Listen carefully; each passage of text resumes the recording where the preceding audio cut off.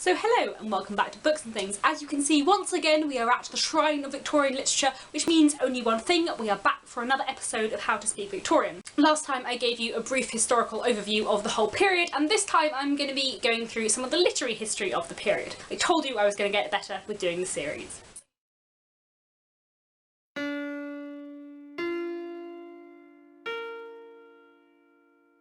So what I'm going to do for you today is first I'm going to go through a sort of history of reading in the Victorian period, and then I'm going to go through some of the important literary movements of the time. I'm not going to focus too much on individual authors because the next episode of How to Speak Victorian will be about some of the key authors during the Victorian period, so today I'm just going to talk about sort of broader literary trends. So first off, let's talk about the history of reading. Now, the Victorian period really was an age of reading like never before. It's very much an age of literature. It produced a massive literary output, and if you think of a lot of classics, a lot of books that are in the canon, a lot of them are Victorian, and this is partly because in the Victorian period a lot of people were producing books and a lot of people were reading books. In the last episode of How to Speak Victorian, I spoke a little bit about how the printing press changed over the period and about how its capacity really increased. That obviously had a massive impact on reading and literary culture because a lot more books were physically able to be printed. Paper also became much cheaper to manufacture. In Britain in 1900, paper was being manufactured at 6 times the amount that it had been back in 1800. Partly because of the increase in paper manufacture, books became a lot less expensive during the Victorian period, another reason why reading did increase. We also have the sort of Public Libraries Act of the 1850s, and we have increasing provision for education throughout the Victorian period. By the end of the Victorian period, schooling was compulsory up until 12, which obviously meant that a lot more people were going to school, a lot more people were learning how to read. We don't really have a very clear idea of literacy rates from the time because they weren't really very well recorded. Broad estimates suggest that at least in terms of male literacy rates, they rose from between 1850 and 1900 from about 70% to more like 80 or 90%. For women, the figures tend to be a little bit lower just because less girls were educated. But there certainly was a mass rise in schooling over the period. This is partly, as I've said, because of the Education Acts and the government increasingly interfering in school provisions and making sure that children did go to school. But it was also partly a cultural thing. It became a matter of pride to learn how to read. For example, a lot of people throughout the 19th century were educated at Sunday schools. In 1801, there were just 2,000 Sunday schools in Britain, but by 1851 there were over 23,000. A lot more people, as you can tell, were therefore being educated. The same can be said for the sort of formalisation of some kind of education system and of teaching. A lot more people were going into teaching as a profession, and this was because of the demand. A lot more people were wanting and were able and were being forced to learn. And because of this, we obviously get a lot more reading in the Victorian period than has happened before. It's also important to remember that there was quite a culture of reading aloud during the Victorian period, so even if you weren't fully literate, you might still experience or hear or read novels. And we know that when serialised parts of Dickens' novels came out, people would often buy them and read them aloud to other people. So a lot of people in the Victorian period who couldn't read still experienced literature. So because of the technological advancements in the printing press and because of the increased number of schools and the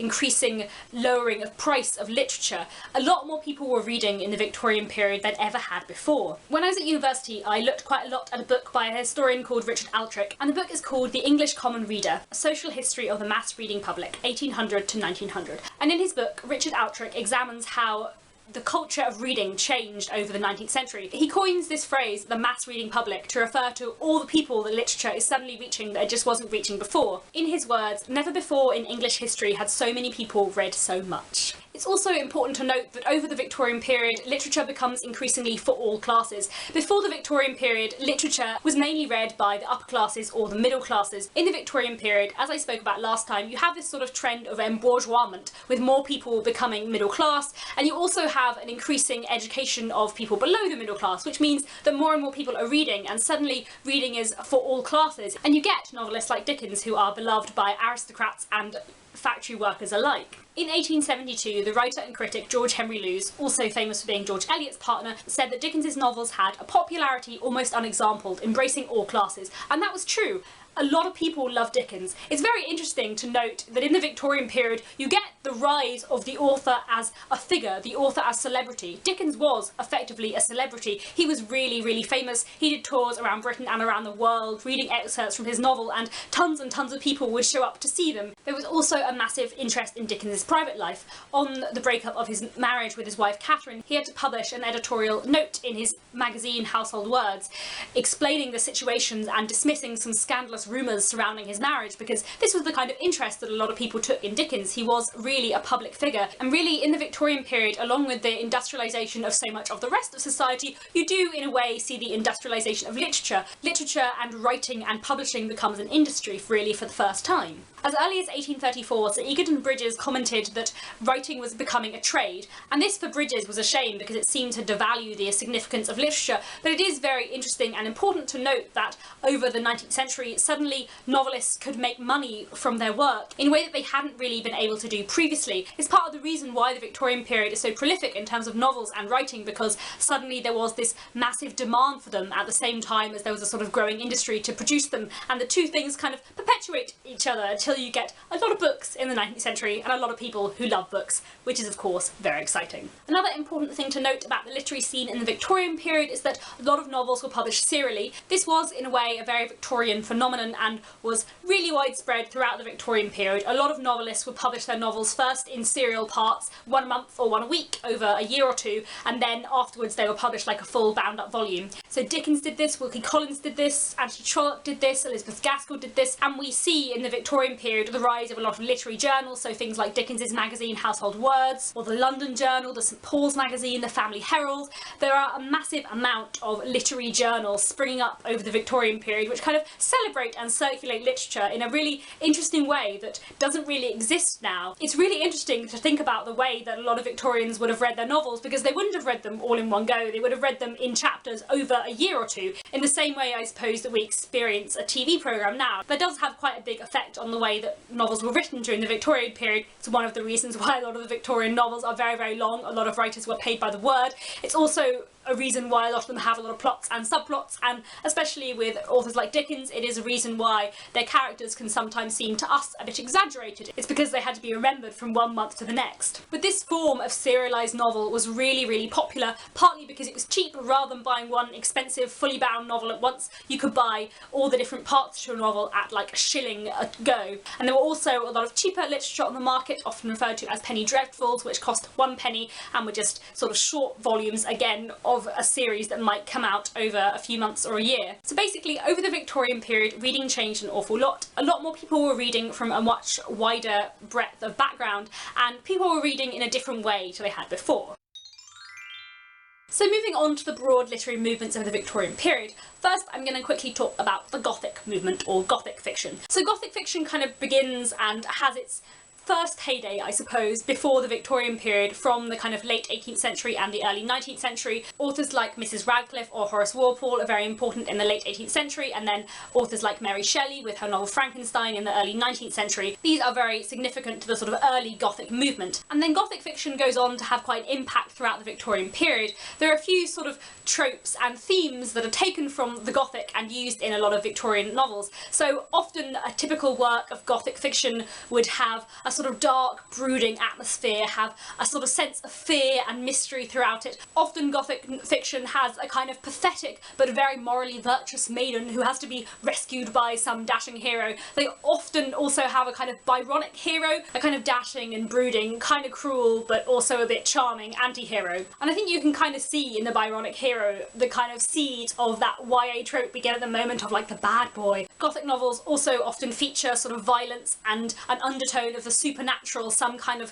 threat going throughout, and they often deal with issues of immorality or taboo, and the kind of excitingness as well as the danger of things that are considered immoral or irregular. And you can see a lot of influences of earlier Gothic fiction running into the Victorian period. If you think about the Brontes novels like Wuthering Heights and Jane Eyre and Ten of Welfare Hall and Villette, if you think about the kind of atmosphere they have and the way they kind of hint at mysteries and secrets and that sort of thing, and often the violence that does occur, especially in Wuthering Heights, is very, very typical of the Gothic. You also see the influence of the Gothic in terms of atmosphere and ideas of the supernatural coming up in Charles Dickens a lot. If you think about The Christmas Carol, Great Expectations, Bleak House, there is quite a lot of kind of Gothic themes running through them. And then again in things like the novels of Wilkie Collins, you do see quite a lot of Gothic undertones. In the second half of the Victorian period, you have a bit of a resurgence of the Gothic. So if you think about books like The Strange Case of Dr. Jekyll and Mr. Hyde or Bram Stoker's Dracula, even Oscar Wilde's A Picture of Dorian Gray has a lot of Gothic influences and undertones, both in terms of of the issues of like immorality and taboo and decadence that it explores, and also in that kind of vague supernatural undertone that runs throughout of things that cannot quite be explained. One of the most important literary movements, as it were, of the Victorian period is what's called the social novel or the social critique novel, and this is for me the most important thing going on in the Victorian period. This is what I love. This is really why I love the Victorian period. I love novels that dissect the problems of society, look at them in depth and just say what's wrong with the world in a really beautiful way, and at the same time as saying what could be right with the world if only things were a little bit different. I love novels like that. Partly because of all the massive social and industrial changes going on in the Victorian period, there is suddenly a wealth of novels about the condition of England, about the state of the country, about poverty, about cities, about immorality, about what's going wrong with the world. And the social critique novels of the Victorian period tend to differ from their kind of earlier counterparts of satire in the 18th century because they tend to be much more social than political. They often deal very substantially with poverty, and for the first time in the Victorian period we see a lot more writing about the working classes. It's not just that suddenly people in the working classes are reading, they're also being written about much more in the Victorian period than ever before. Social critique novels were often published in serial form, and they often tend to be very, very long with a lot of interweaving plots. This is partly because a lot of the time the social critique novel aims to take a little look into a lot of different sectors of society, and so they often tend to have a lot of different characters, often from a variety of classes. The social critique novel has been criticised in the Victorian period and since for pointing out the problems of society without ever showing a solution. Dickens especially was criticised for this quite heavily. So some of the most important writers of social critiques in the 19th century were Charles Dickens. We also have authors like Benjamin Disraeli, Wilkie Collins, Anthony Trollope, Elizabeth Gaskell. George Eliot absolutely is writing social critique novels, and then a bit later on in the period we have George Gissing and Thomas Hardy. All of these authors are really writing about what they view as wrong with Victorian society, what they view as wrong with the world they live in. And that is what I love about Victorian literature, because people don't seem to write about it that much anymore. One of the reasons I think why I love J.K. Rowling's The Casual Vacancy so much is that I think it is the kind of book Dickens would have written had he been alive today. He probably would have put a few more happy romances in there and maybe a little bit of fluffy light happiness at the end as well as all the misery, but I think it's the kind of book he would have written, and that makes me happy.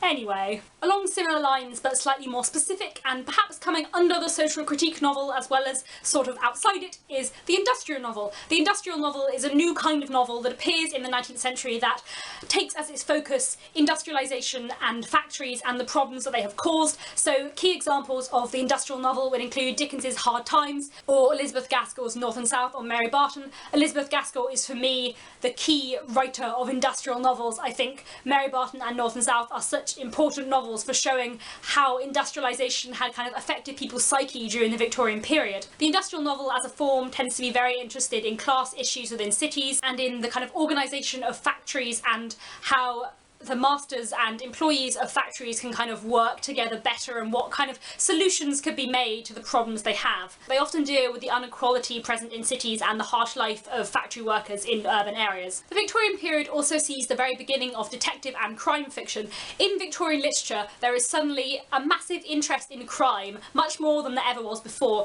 This is partly because as more books get published, there are more things which is considered kind of okay and fine to write about. Also, with more people moving to cities in the mass urbanisation going on in the Victorian period, as a lot more people became crowded into smaller places, there was a lot more crime going on in the Victorian period and it was a lot more visible to a lot more people. If you think about some of the most famous Victorian authors, Hardy, Dickens, Collins, Gissing, Gaskell, they all have murders and violence in their novels. Crime features as a really big, important part of their books. And in the Victorian period we really see the start of detective fiction. One of the first detectives in English literature is in fact Mr. Bucket from Charles Dickens's Bleak House, and then in the 1860s Wilkie Collins begins to publish his detective fiction, things like The Moonstone, which are very influential, and then of course later on in the Victorian period we have the birth of Sherlock Holmes through Sir Arthur Conan Doyle, and you can see in these works a really vigorous interest in crime and in the detecting of crime. Crime and murder were also key parts of the Penny Dreadfuls. I spoke about the Penny Dreadfuls earlier.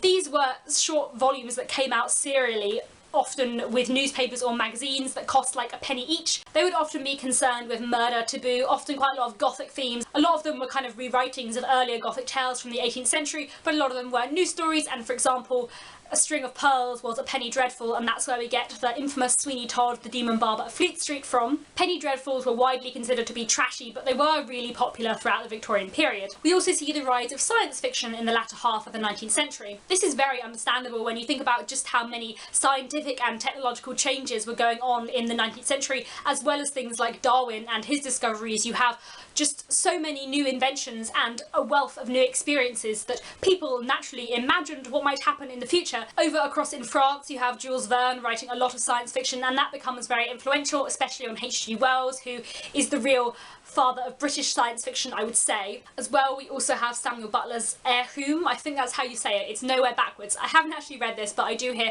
very good things about it, and that was the kind of early utopian novel in the 1860s that was very influential on the kind of building of science fiction. And as well, in the 19th century, we do really have the beginning of proper children's fiction for the first time, with new laws coming in about what age children had to be educated to, about what age children could start working at factories at, and that sort of thing. And with the increasing embourgeoisement of society, and with more people having more money, children were sort of becoming children for longer, if that makes sense. And so there was a new interest and desire for literature written specifically for children. So there are a lot of important authors writing some works exclusively for children. We have Lewis Carroll, we have Charles Kingsley, Oscar Wilde wrote some things just for children, so did Rudyard Kipling, so did R.M. Ballantyne, so did Anna Sewell. I haven't actually read as much Victorian children's literature as I would like to. I do need to get onto that soon. I'm also quickly going to talk about poetry and plays. I do not know as much about Victorian poetry as I know about Victorian novels. I have read a lot more Victorian novels than I have read Victorian poetry, even though I enjoy it. So I'm kind of less aware of the general movements in Victorian poetry going on at the time, but I do know a little bit, and I'm going to tell you about that. I would say that poetry in the Victorian period less easily falls into like camps and movements as the history of the novel does, partly because I would say the novel changes more as a form over the Victorian period than poetry does. And there is a kind of renewed interest in old classical and medieval stories, so a lot of authors are kind of rewriting old tales. So there's Robert Browning's Childe Roland to the Dark Tower Came, and we have things like Tennyson's The Lady of Shalott. The Romantics also have a big influence into the Victorian period, even though we often consider their prominence in their heyday to be more turn of the century between the 18th and the 19th. But a lot of Victorian writers are still very influenced by Romanticism, with its kind of ideal of nature and its interest in sort of strong emotion and flowery imagery kind of. Poets like Tennyson and some of the Bronte's poetry as well is very heavily influenced by the Romantics. Then in the later Victorian period, the Pre-Raphaelites and the Pre-Raphaelite Brotherhood has a very important impact on poetry as well, often dealing with a lot of similar themes and issues to what the painters were. So Dante Gabriele Rossetti, who was also a Pre-Raphaelite painter,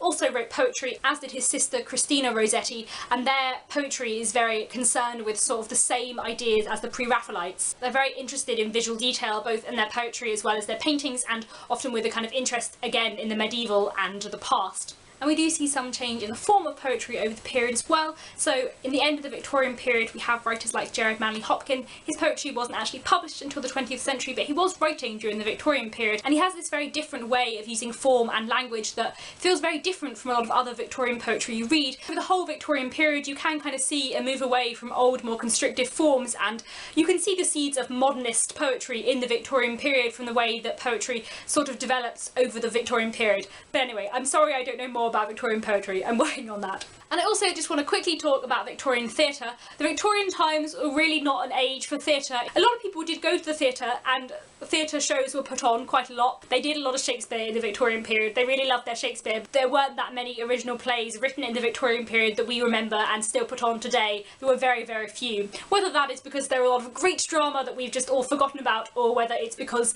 it wasn't that good, it's kind of hard to tell. A lot of the plays that were popular during the Victorian period were melodrama or farce, things like Dion Bocco's London Assurance, and also the operettas of Gilbert and Sullivan. W.S. Gilbert did also write plays as well as operettas, and these were very popular throughout the Victorian period as kind of good, entertaining light comedy. It's only really in the 1880s and 1890s that there start to be playwrights whose names we still remember today, most notably Oscar Wilde and George Bernard Shaw. So I think that is pretty much everything I wanted to say in this episode of How to Speak Victorian. Hopefully it will be less ridiculously long than the last one, but I still think I probably put in quite a lot of information. So I hope this was interesting and useful for you. Next time on How to Speak Victorian, I will be talking through some of the most important authors during the Victorian period. Please let me know what you thought down in the comments. Let me know if you have read much from the various literary movements I have talked about, and if there are any which interest you in particular. Just before I go, my Q&A is still open and will be open until Saturday. If you want to ask any questions for my Q&A, please leave them down below. I'll be back on Thursday. In the meantime, happy reading.